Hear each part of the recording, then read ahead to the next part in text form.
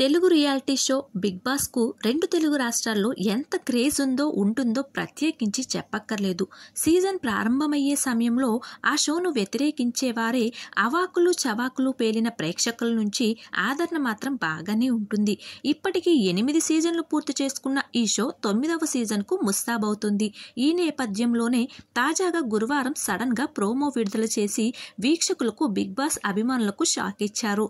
సరికొత్త రూల్స్ టాస్క్లతో మరింత ఆసక్తికరంగా ఎవరు ఊహించని రీతిలో ఉంటుందని హోస్ట్ నాగార్జున స్పష్టం చేశారు. ఆటలో అలుపు వచ్చినంత తొందరగా గెలుపు రాదు. ఆ గెలుపు రావాలంటే యుద్ధం చేస్తే సరిపోదు, కొన్నిసార్లు ప్రభంజనం సృష్టించాలి.